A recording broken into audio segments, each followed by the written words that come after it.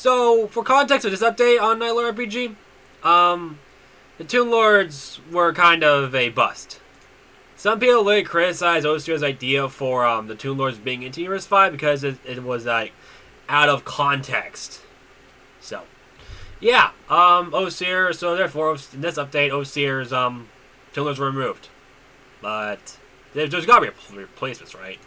Thus leading to the Falsuscentius Superboss is Superbosses. I'll show you guys up after again.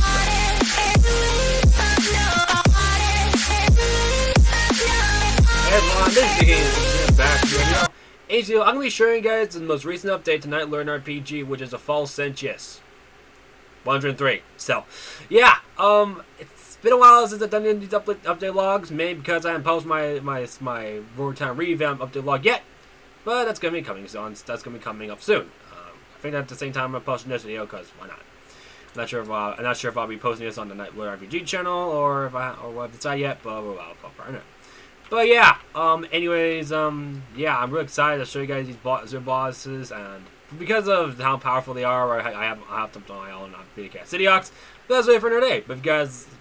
But yeah, before we begin, let's just do the usual thing we do. You guys new to this channel, let me post my comment, so be sure to subscribe, like, and turn on the bell. Since not as a channel, but you also not miss video. That being said, let's up Brian it. So, yeah, so Superbosses have officially been revamped.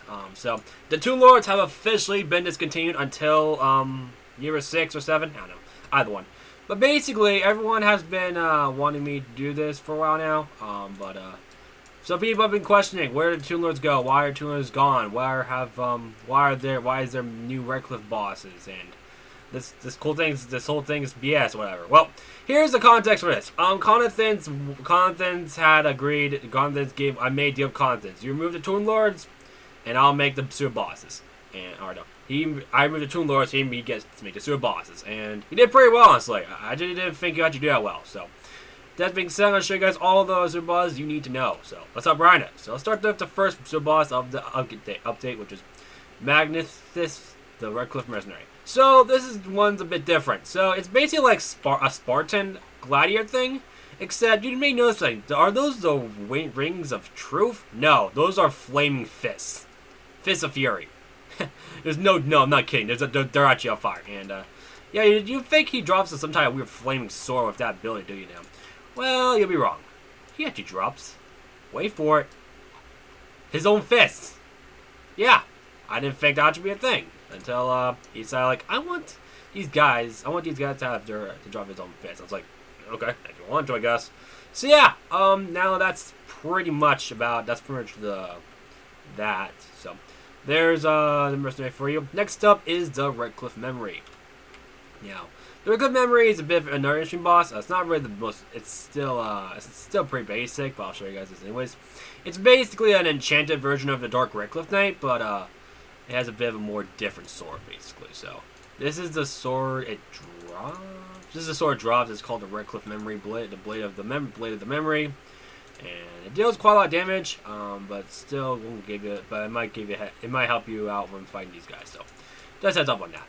Now then, let's move on to the priest. The priest is I feel really bad when we kill a priest, but who cares?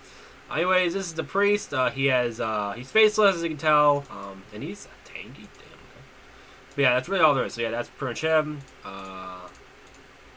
Yeah, so he drops this, Redcliffia Holy Curable, and it does a lot of damage. And it does a lot of damage for your level when you're fighting him. So yeah, anyways, moving on to the Redcliff Afterthought. So the Redcliff Afterthought is it's kind of like it's first the white version of the Redcliff Memory and all that stuff. But it's not really the best when you're fighting this guy. So best to use a sword you can use. Best to use a sword that you can get beforehand.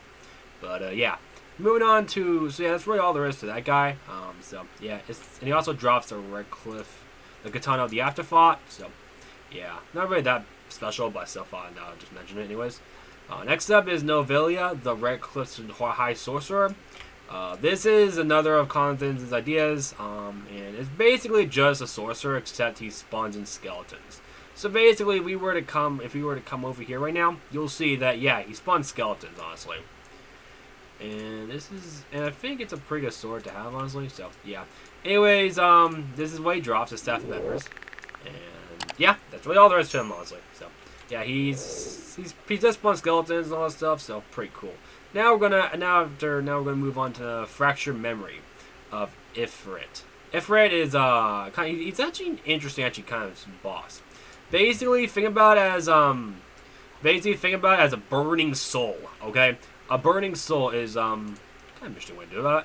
This is what it drops. It's just an Overseer Knight, except it has a great amount of attack, and also burns them, which is pretty cool. Surprisingly, yeah. So, congrats on that one out. Con let me do it, and yeah, I was able to burn him. So there's that. So yeah, that's the Fracture Memory. Moving on to Nolrath. Nolrath is not like the Azarath, and he's kind of like the Azarath, Crimson Wrath, and Void Wrath, except he's Nolrath, and yeah. He also has 2 blades that he uses. Unfortunately, it's not dual-wield. Sorry, but yeah. So he does drop a good sword, which is a Titanium Buster Blade, or Titano Buster Blade. So good sword. If you want to have a good sword, then this is a good sword. Then you should totally take on the Nolrath. Now then, this is where the last year where it gets really, really interesting. The lore is insane in this area. So this is Raynor the Disgraced. Raynor is so. For lore context, Raynor is someone who has been trying to take over, in Conan's words, he's been trying to take over Redcliffia for so long, and hasn't really gotten time to do so. So he kind of gave up, and is now just a blade guy. So yeah. However, though, he dies. So yeah, it's the end of him, or is now? Who knows? Anyways, that's Raynor the Disgraced. He first tried to attack him, but he didn't. But he knew Redcliffia would. But he didn't want Redcliffia to die along with him. So then we move on to the next year boss, which has lore in it. This is the Observer. The Observer. You may be wondering what's so important about the Observer. Okay, so what the Observer does is a little bit interesting. So you'll notice he walks slow. However, though, a call every second or so, he'll either summon light or summon void. Summon lights are basically powerful beings. Some lights are just normal mobs, but however, the summoned voids are fast and deal a lot of damage, but have less health. So, yeah. But the Observer is where you need to look out for. So, though he does slow down when you get close to him. However, though, if you touch your arcane, you will be poisoned for a couple seconds or whatever. So, yeah, that's really all there is to say about that. So, yeah. Anyways, there's him or her. So, he also drops this key, and Raynor drops this blade too. So, just want to keep that up. Now we move on to the last boss, which is basically Raynor again, except it is a Raynor. Yeah, I'm kind of bad how I'm saying it, but let me show you guys this. So Raynor the Disgraced is pretty much a divine being. So if you want to take him on, good luck with that. He's quite powerful. So, and he requires about 11 Tridacillion. So basically, if you want to take him on, you're going to have to do a lot of damage, honestly. So basically, Awakened Raynor is a really powerful being. He'll attack you and all that stuff. Even if with his own story, he's a quite tanky boss. So if you don't have the time, you're going to need it. If you don't have the, if you've done the levels, you're going to get the levels because he does a lot of damage. But yeah, that's really all I have to say, honestly. Oh yeah, he also drops a badge too. Oh yeah, I also forgot to mention that that every last year boss in the game, such as the St. Frostance, Acosta, the Feast on Death Wisher, and Raynor himself, drops badges now.